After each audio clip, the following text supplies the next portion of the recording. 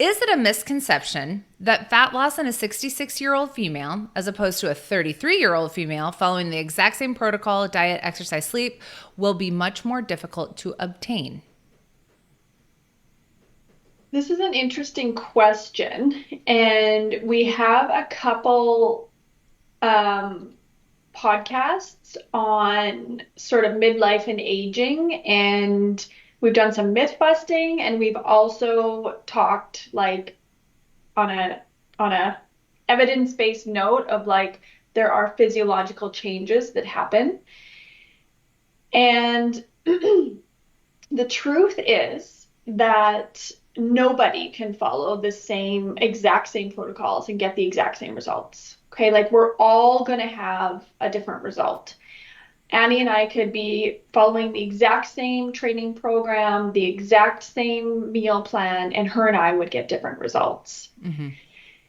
But if we were to be more generic and say fat loss is the goal, um, the mechanism is the same. It is energy balance. And there are lots of factors that change as people get older that are subtle and maybe challenging to spot. In general, people get more sedentary as they get older. Mm-hmm. So like your energy balance just shifts. If you're not lifting weights or doing any kind of resistance training, you start losing muscle as you get older. When women go through perimenopause and have this big hormonal shift that we will all go through, where you carry fat on your body changes. Mm-hmm. So women postmenopausal, of course you're capable of fat loss, but where you store your fat may be different, and your body composition will be different, just like it's different when we go through puberty, right? Yeah. Body composition changes. And that's frustrating. I completely understand. I also know as people go through menopause, like the sleep issues come up. Maybe as you're getting older, your stress is increasing because your parents are aging, or whatever's happening in your life. I have clients in their 60s whose kids are going through divorces, and that's very stressful for them. So there's maybe some different lifestyle factors going on, but we do have a whole podcast on the myth that metabolism changes as you get older. So it was believed at one time, even by the science community, that our metabolism just tanks as we get older. And now science has shown, now we know that that's actually not true. There is a shift in metabolism during different periods of our lives, but it's not until we're actually much older. I can't remember around the like mean age. I think it's like 80, isn't it? Yeah, it's like significantly older than what we once thought. And it's not this sharp drop. It's just very subtle. Yeah. It's just a subtle drop.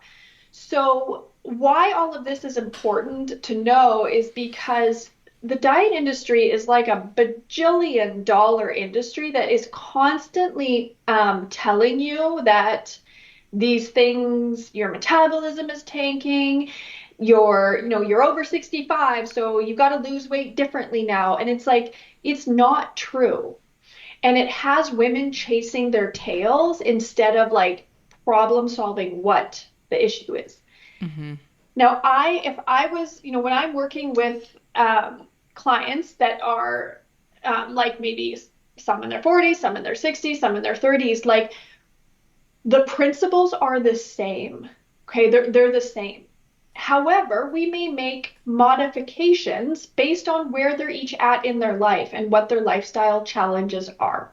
Yeah, but that's not inherently related to age. That's just related to the individual consideration needed for the fat loss process. Yeah. I do think, the body composition situation, like pre and postmenopausal, is absolutely a thing. We lose elasticity in our skin as we get older. So even like our skin can look different. We might not look as, tight and toned as when we were 21, but also like that's also life. Like I'm 40 and I don't look as tight and toned as when I was 20 either. We're all Just headed that there. phrase is like it's like making my palms sweat, tight and toned. Like, Titan toned. The what was it? The what magazine did I used to? Women's Health or whatever. There was a big one.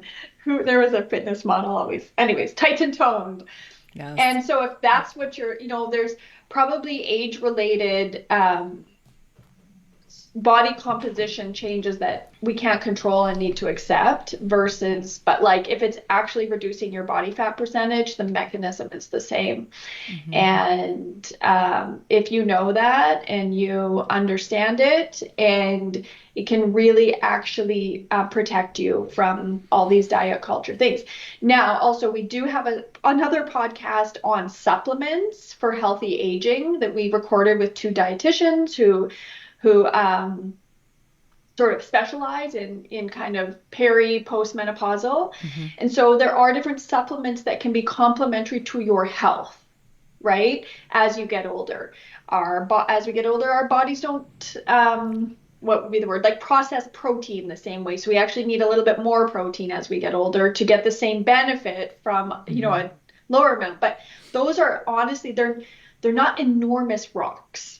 They're Yeah. just there's small things that will help you feel healthier. And to be honest, healthier emotionally and physically healthier people seem to have an easier time with fat loss. Yeah. Yeah. I want to say, we've said this before, but I know if you, I